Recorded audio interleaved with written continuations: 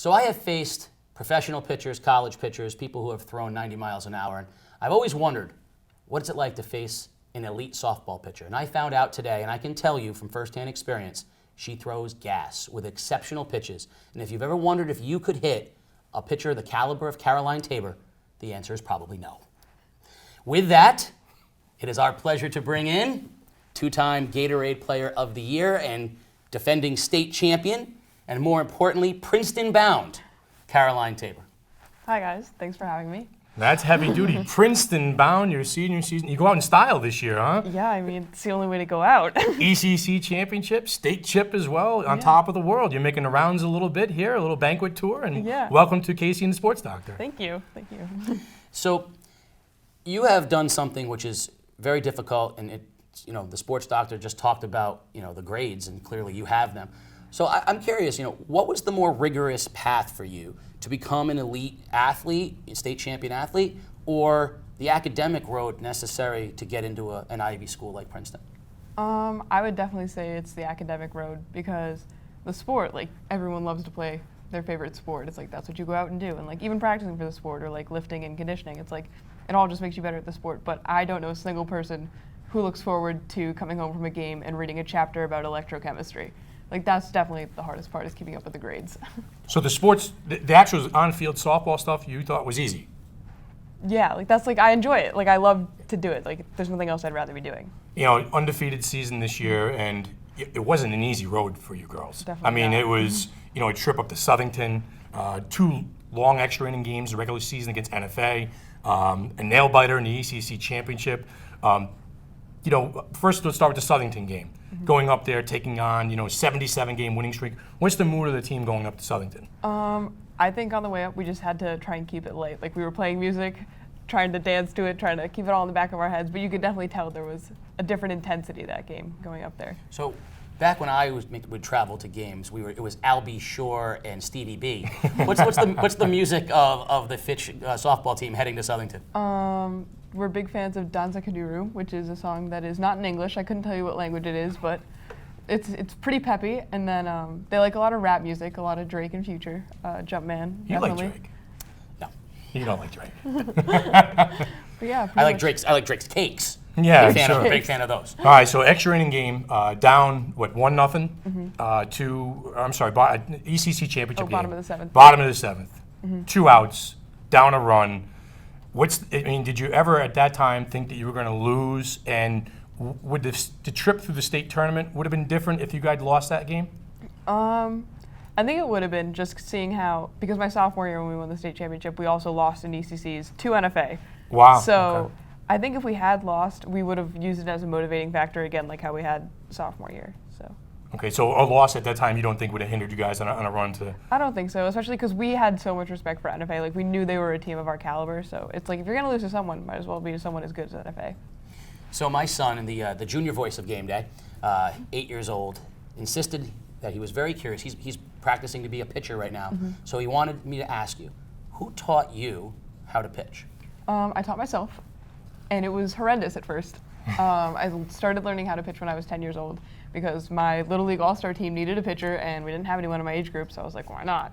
And I probably had the worst mechanics of anyone to ever throw a softball. So it started out as me, but then eventually I was like, oh, I kind of have a knack for this. I should look into it. And eventually I started going to pitching coaches. You play a lot of travel softball. Oh, yeah, we all the talked time. about that a little earlier. Has that made you a better player? Definitely, 100%, because with travel ball, you're just playing all these players who love softball as much as I do and play all the time, and some of them are going to crazy softball schools. So you're facing the best of the best in travel ball. And you talked about playing up against a girl who's going to Oregon.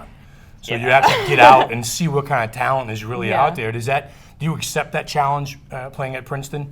Does that scare you at all? It's definitely intimidating at first, but then I'm I'm here for a reason. There's a reason why they recruited me. I must have done something right somewhere along the way. So I know what you want to do athletically at Princeton, okay? And we had talked a little bit off camera about what the coach at Princeton said you needed to do to get better there. What are you looking to accomplish academically at Princeton? I'm definitely looking to push myself academically, because no offense to Fitch. Fitch is a great high school and I learned so much, but I really want to take classes that are not offered in a typical high school classroom. I really like history classes, especially like history of like Africa, like something like that you wouldn't typically see in like high school classroom, or just more extensive labs and things like that that the college can offer that high school just can't. So I'm looking forward to that. Yeah. The importance of these last 4 years in your entire high school sporting career, with the success, the importance of that pushing you through life.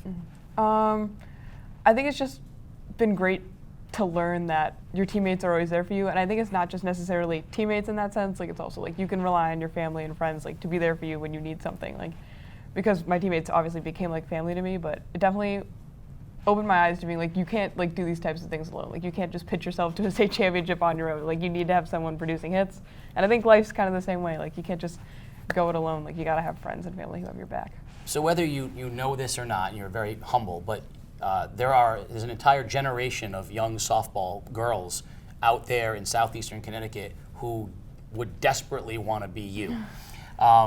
What would you say to the 8-year-old softball player out there who says, I really, really want to be like Caroline Tabor?